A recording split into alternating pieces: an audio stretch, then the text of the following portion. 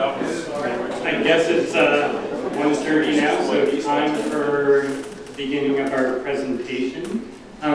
This month we're really fortunate to have Bob Pollock here from Fort Dalles Museum to give a presentation on the Grand Army of the Republic and their works here in the Dalles. So he's been working on this for years, I guess. So it's going to be really good to see kind of the fruits of his labor here today, and we're really fortunate to have him here. This is a bonus program for what has been the first year Carl Vercouteren History Forum. Carl, as you all know, put on this forum for 45 years before his passing last year, so kind of renamed it in honor of him, because it was kind of the least we could do. He's been really kind of one of the people that has kept the courthouse going for all of these years. So we really miss him and wish he was here with us, but he's here with us in spirit. So just a little housekeeping, which I need to remember to do, is to turn off our ringers on our cell phones so we don't get interrupted by our phones going off in the middle of the program. We traditionally hand around a bag for donations at the beginning.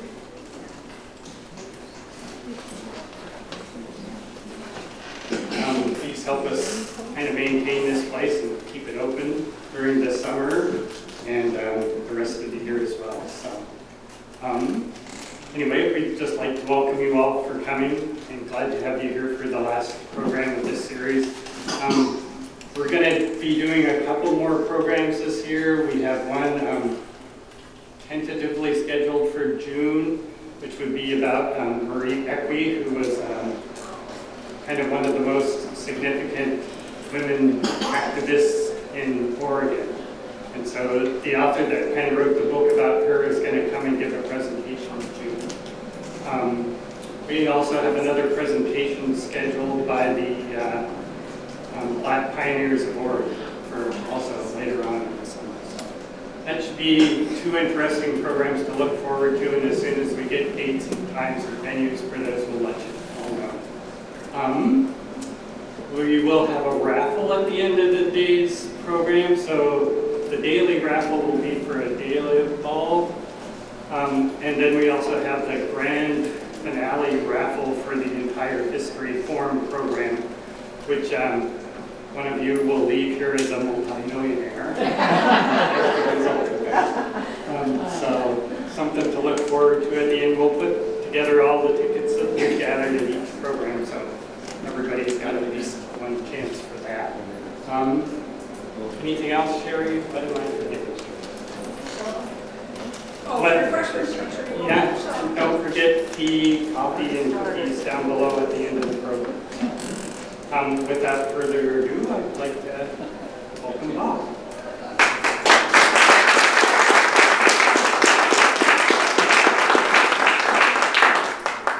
Thank you all. Every time I've been here, there's been this feedback issue. As Eric said, I have been studying American history as long as I can remember, and 19th century history in particular. American history, Civil War era, Reconstruction era has always been fascinating to me. A lot of folks who are interested in the Civil War are interested in battles and leaders and tactics and that kind of thing. My interest has always been in the social and political issues of the Civil War and in the way the Civil War has been remembered. And in recent years, there's been more and more study on, scholarly study on memory in terms of history, how we remember things. As it turns out, I have ancestors myself who were Civil War veterans who were G.A.R. members, which may be even more interested. In terms of Civil War memory, and how the Civil War is remembered, you can't study that without running into the Grand Army of the Republic. And yet, when I ask folks, have you ever heard of the G.A.R.? Have you ever heard of the Grand Army of the Republic? I often get blank stares. One of the things that interests me about history also is how amazing it is that people and organizations that were widely known in their time somehow just get lost to history. And that's certainly the case when it comes to the Grand Army of the Republic. There would not have been a soul in America that didn't know who the Grand Army of the Republic was in their day. So having said that, the question is, well, what is the G.A.R.? And in order to answer that question, we have to back up just a little bit. Oops. There it is. Oh, there it is. Back up just a little bit here to the eve of the Civil War, the beginning of the Civil War. At the beginning of the Civil War, there were a total of 16,367 men serving in the United States Army. And they were spread out all across the country. There were soldiers out here at, of course, Fort Dalles, Fort Walla Walla, Fort Simcoe. Well, Simcoe had been closed in '59, but Fort Vancouver, you get the idea. They were spread pretty thin. And Fort Sumter gets fired on and everything changes. Between April 1861 and 65, over 2 million men served in Union armies. 2 million. Most of them were volunteers. The Union Army in May of 1865 numbered 1 million. So imagine going from 16,000 to 1 million. Average age just under 26 years old. These are young guys. Significant portion of them were under 23.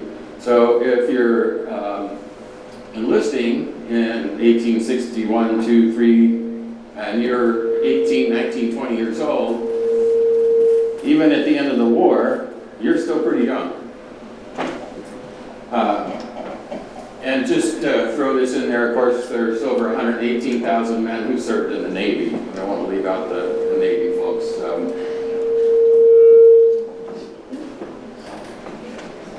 Anything we can do with that?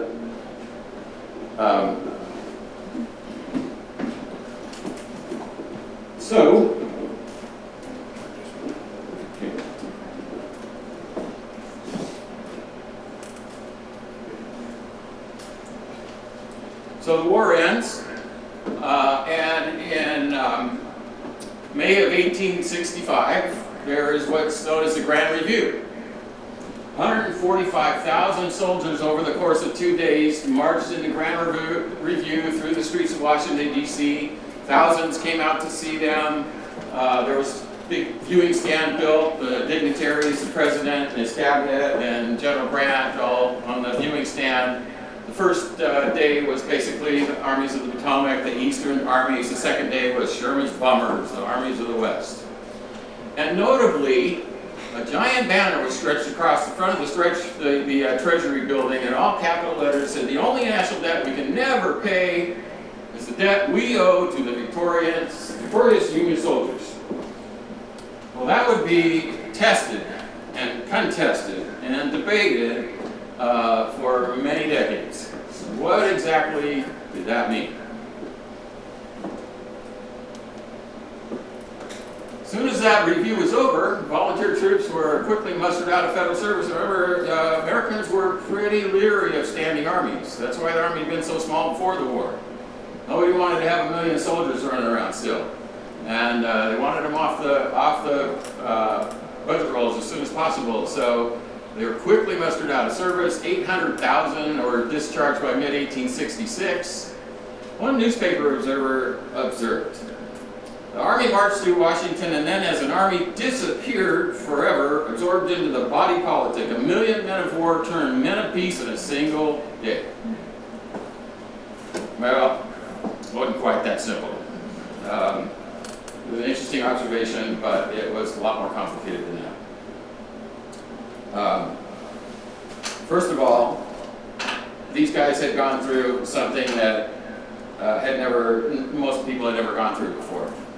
When they returned home, civilians didn't understand what they'd been through. A lot of times they weren't even recognizable.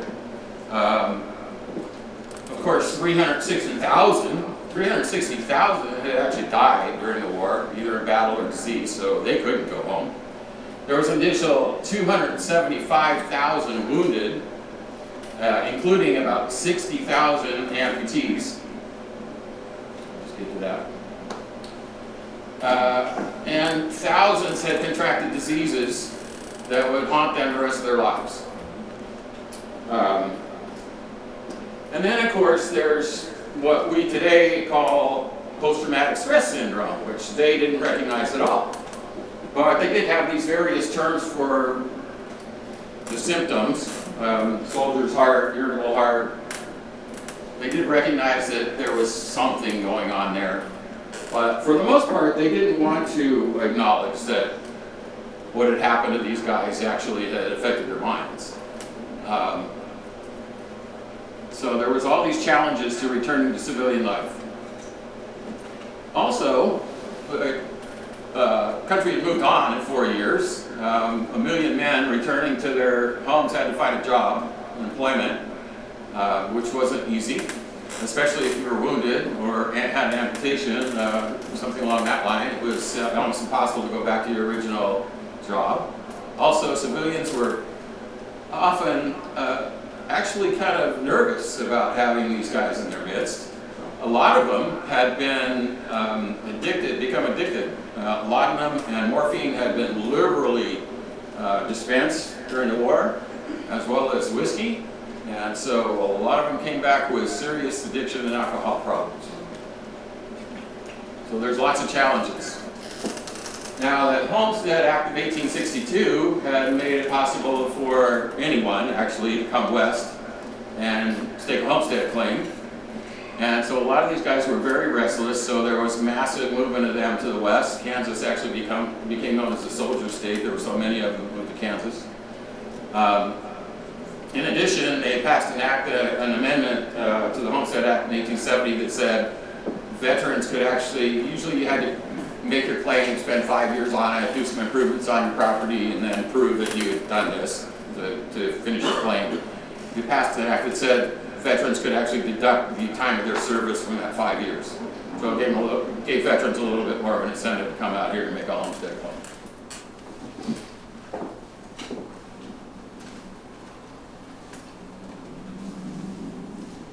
So every one of the hundreds of thousands of soldiers that served, and they all had a unique story of their own. But for all of them, the war became an epical experience in their life. It was a defining experience of their life. And it was an experience that only they could truly share. And so it probably isn't surprising that they wanted to continue the camaraderie, the bonds that they had established during the war afterwards. Only they knew what it was like, the boredom of camp life and drill, the taste of hardtack dipped in weak coffee, hundreds of miles of marching, the fear, the adrenaline rush, the horror of battle. They only knew each other, they only knew each other, had those experiences. And so this is a couple of verses of a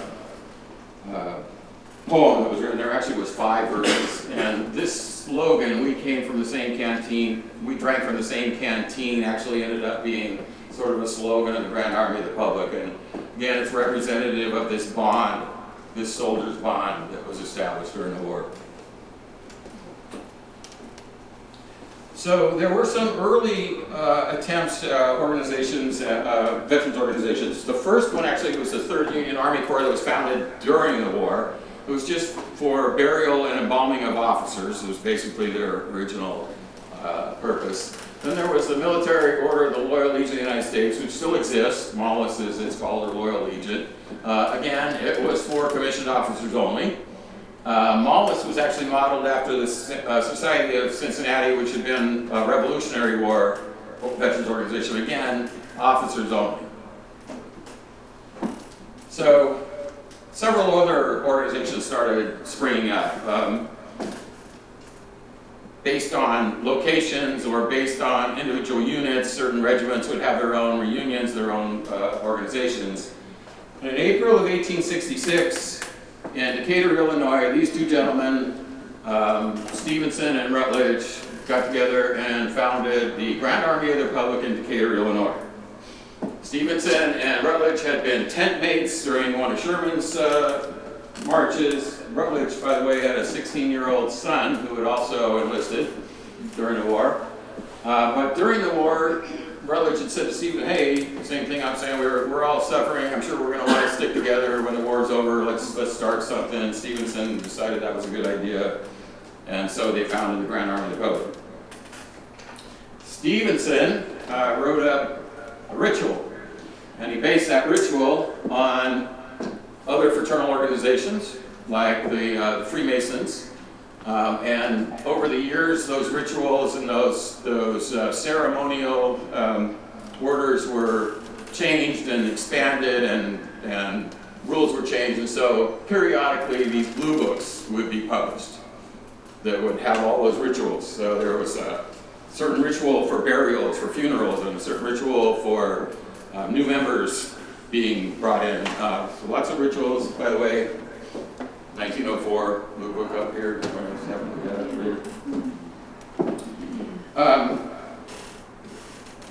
After a couple of years of strong growth, though, and by the way, some of these other units in the Northeast that had already been established, they started joining. They just accepted the Grand Army Republic's Constitution and became posts. So it expanded pretty quickly for a while in the late 1860s, and then it had a period of retrenchment.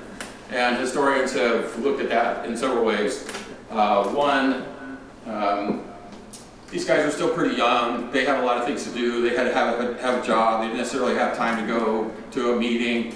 They had families to take care of. They had a job, what have you. So that's one thing that the historians have said. The other thing is that the Grand Army Republic actually instituted a system where it was a tiered system. There was 3 levels. When you first join, 6 months you're considered a new recruit. Another 6 months you're at another level, and you can't move up in the organization. So that didn't go over well with these guys. As far as they were concerned, they were already veterans. They didn't need to be starting as a recruit again. And that got dropped fairly quickly. But the biggest thing was the Grand Army of the Republic was viewed as a partisan political organization. Some of these posts were actually nominating Republican candidates. The Grand Army of the Republic was always very associated with the Republican Party.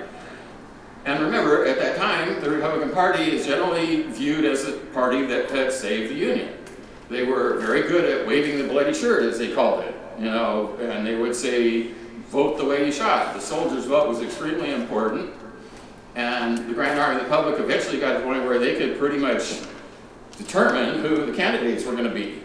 And I'm talking president down to your local city council member. That's how strong the Grand Army Republic eventually became. But in these early years, that idea of partisanship and this idea that they were an arm of the Republican Party and they were a stepping stone or a career organization for people like John Logan and Ulysses Grant, who were actually members, and who the Grand Army of the Republic started. Some people didn't like that very much. For one thing, there's still a lot of Democrats, including Democrats who were very loyal and supportive of the war. So posts actually disbanded, they folded. There was this period of retrenchment in the 1870s. And then about 1880, suddenly it explodes across the country. And again, historians try to go, well, why was that? And the one thing that most come back to is pensions. But before we get to that, here we go. There were 5 members of the Grand Army of the Republic who were elected president in the latter part of the 19th century. Who's the one president that we're not seeing up here? Latter part of the 19th century. The only one after the Civil War or before the turn of the century. Anybody ever heard of Grover Cleveland? Oh, Yeah, good old Grover Cleveland. Grover Cleveland actually had not enlisted at the beginning of the war. And in fact, when the Conscription Act happened in 1863, it said you either had to serve if called on, or you could pay a substitute, and that's exactly what Cleveland did. He paid $150 to a Polish immigrant to take his place. So right away, he's not, you can see where Civil War veterans, they wouldn't be a big fan of him. Then he got elected anyway, and there was a big kerfuffle, if you will, over captured Confederate battle flags. Cleveland decided they had a whole bunch of them that these veterans had captured and they were stored, and Cleveland thought it'd be a good idea to give them back to the South just to help with reunion and reconciliation, and the Grand Army of the Republic was extremely upset about that. so that didn't go over well. And then Cleveland also vetoed a pension bill. And again, we're going to talk about pensions in a minute again, but he vetoed pension bills. That didn't go over either. When he ran for re-election, historians are pretty sure that he lost that second run because of the Grand Army of the Potomac. There was at least 2 states where the margin of victory was very small, and they were typically states that would go to the Democrats, and the Grand Army of the Potomac was strong in those states, and they're pretty sure that that's why Cleveland lost his second time. Now, of course, he comes back 4 years later, and for many, many years, he's the only president that's actually able to do that. Of course, we have another one today. So let's get to G.A.R. membership requirements. What did it take to be a member of G.A.R.? Well, they were very, very strict about this. You had to have served in the United States Army, Navy, Marine Corps, or Revenue Cutter Service, which today is the Coast Guard, between April 61 and 65. So during the War of the Rebellion, you had to have been a United States service member. You had to have an honorable discharge. You could not have voluntarily borne arms against the United States. Again, key here, open to all ranks, private to general, anyone who had been a veteran could join. And notably, G.A.R. was open to black veterans at a time when almost no other organization was. And they were not segregated. There were certainly G.A.R. units, or posts, if you will, that were all black. That wasn't because they were segregated, it's because they were in communities or towns where they were all black. And banding together, they had more political power and more, people could see them easier. Nevertheless, there were black numbers of them, black veterans who joined posts all around the country and moved up in them. Didn't always stay at the bottom of the rankings. And I do want to mention here that there were, in addition to the Grand Army of the Potomac, what they call the Allied Orders, 5 Allied Orders: Sons of Union Veterans, Women's Relief Corps, Ladies of the Grand Army of the Potomac, and Women's Relief Corps and Ladies of the Grand Army of the Potomac. It's interesting, there's 2 ladies organizations. The reason for that was the Women's Relief Corps wanted to be open to any woman who wanted to support the Grand Army of the Potomac. But there was a group of them who wanted to be hereditary. They didn't want to have ladies who weren't actually spouses or mothers or daughters of a Civil War veteran. The ladies are still, and the Women's Relief Corps still around. The ladies of the Grand Army of the Potomac are the oldest hereditary fraternal organization in the country. That did create a little bit of an issue with who the Grand Army of the Potomac posts were going to be most attentive to or most loyal to, but this is what happened. There were guys who actually wanted to join who were not veterans, and they weren't even related to a veteran, but they still wanted to be involved in this organization, so they started this other auxiliary. And then, of course, there's the daughters. Sons and daughters, of course, still exist. Sons of Union veterans, pretty active, so in a lot of areas. So the Grand Army of the Potomac, and I don't have time to get into a lot of the women's stuff, but I do want to say the women were extremely involved in everything that the men did in their local posts. They were very supportive. They often helped raise money. They helped distribute that money. They made lunches and dinners. And in later years, when these guards were getting very, very old, the younger women of the Women's Relief Corps were there to help them keep all their minutes and sign their checks and take care of them. This is the huge part here. This is what the Grand Army of the Potomac really was based on. These 3 cardinal bedrock principles: fraternity, charity, and loyalty. And you see that on all their correspondence, FCL, FCNL. Fraternity: preserve and strengthen those kind of fraternal feelings which bind together the soldiers, sailors, and women Marines who united to suppress the late rebellion and to perpetuate the memory and history of the dead. Charity: to assist such former comrades in arms as need help and protection, and to extend needful aid to the widows and orphans of those who have fallen. Finally, loyalty: to maintain true allegiance to the United States of America based on a paramount respect for and fidelity to its Constitution and laws, to discountenance whatever tends to weaken loyalty, incites to insurrection, treason, or rebellion, or in any manner impairs the efficiency and permanency of our free institutions and encourages the spread of universal liberty, equal rights, and justice to all men. This is directly from their own documents. And these three things, these cardinal principles, everything the Grand Army of the Republic does is based on these. It all flows from these three things right here. Fraternity was encouraged through regular, locally scheduled meetings, joint gatherings with members from other posts. There were ritual ceremonies, there was campfires, there were groups of comrades that sit around and have dinner and talk and tell war stories. And then there were state and national encampments, and we're going to talk about those in a little bit. Charity was realized through the setup of funds for needy veterans, widows, and orphans. They provided medical care at the post. And it's interesting, if you will, a lot of these guys I told you that were wounded or lost their arms or legs or what have you, those wounds stayed with them for years. For years, they would be bleeding or what's the word for pus coming out? I mean, infected. So there would be a post-medical officer, if you will, and it would not be at all unusual for these veterans to come into the post and be getting their bandages redone. You'd take care of them. They would provide for medical, burial, and housing expenses, and for purchases of food and household goods. Down on their luck, veterans were provided employment assistance, and loans were arranged. They also established soldiers and orphans homes, and we'll talk about that a little bit. The G.A.R. solicited funds for monuments and memorials, busts, equestrian statues of Union soldiers and heroes all around the country. You can go find these in town squares and in cemeteries. They preserve cannons and cannonballs and all kinds of things. Oh, wow. They also collected mementos of the war, and they brought them to their post halls, and these relics were almost sacred to them. Some of them actually went back to the battlefields that they'd been on to look for this stuff. There's an account of soldiers going and crawling through the grass looking for the particular bullet that they thought had taken their arm off. And they would bring them back and have them on display.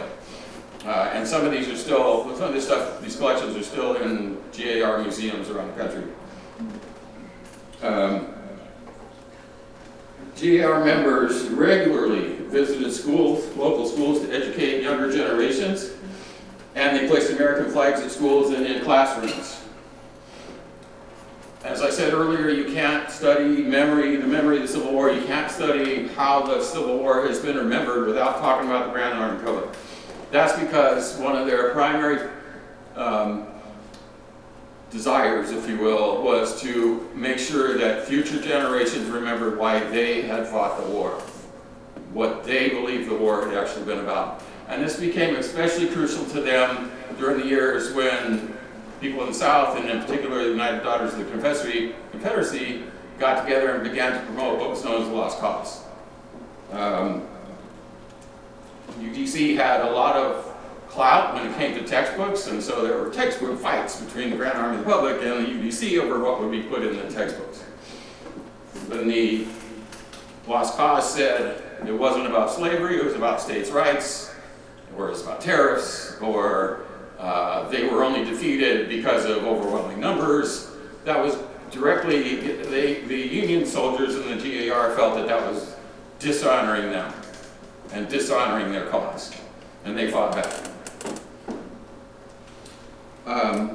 So aside from the rituals of freedom, let's go here for a second first. So organization and growth, national headquarters, national organization, and there were state departments, and then there were local posts. And again, we talked about initial growth, decline in the 70s, rapid expansion in the 1880s. And I don't think I mentioned, well, pensions, and we'll get that in a second. Peak membership, 1890. 410,000. They recorded almost 410,000 in their own documents. That's how many men were G.A.R. members across the country. 7,000 posts in every state union. A lot of soldiers, veterans had moved south. Plus there had been a lot of union, surprisingly, union support in the South. There had been white units, actually. There was at least one Civil War Union unit from every state of the South, of the Confederacy. The only one that didn't have a white unit actually was South Carolina, and even South Carolina had a black Union unit. So there were G.A.R. posts in the South as well. And we already talked about them moving west. You can go up and down the coast, and there are Civil War veterans buried in just about every cemetery throughout the West.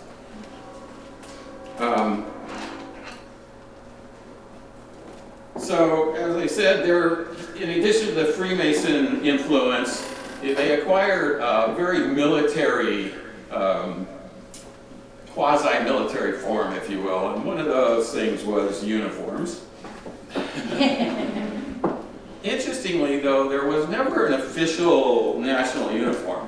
The national organization pretty much left it up to the individual posts to decide what kind of uniforms they wanted. And over the years, they did change some.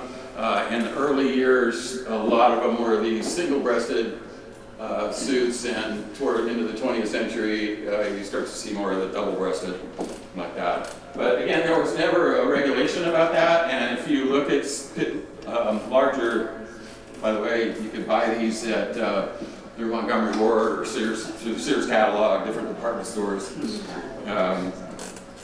So here you can see just a couple examples of posts, and usually they're not all in uniform. Some of them, there's more of them in uniform than others. The dapper gentleman in the middle there is actually William Nixon, who was commander of the Department of Kansas, and then later commander of the entire Grand Army Republic nationally. And I kind of was trying to model myself after him. So, by the way, notice all the badges. These guys love their badges, okay? They love their badges. And so here we've got what is actually the membership badge. And I went through a couple of minor changes, but for the most part, this is what it looked like.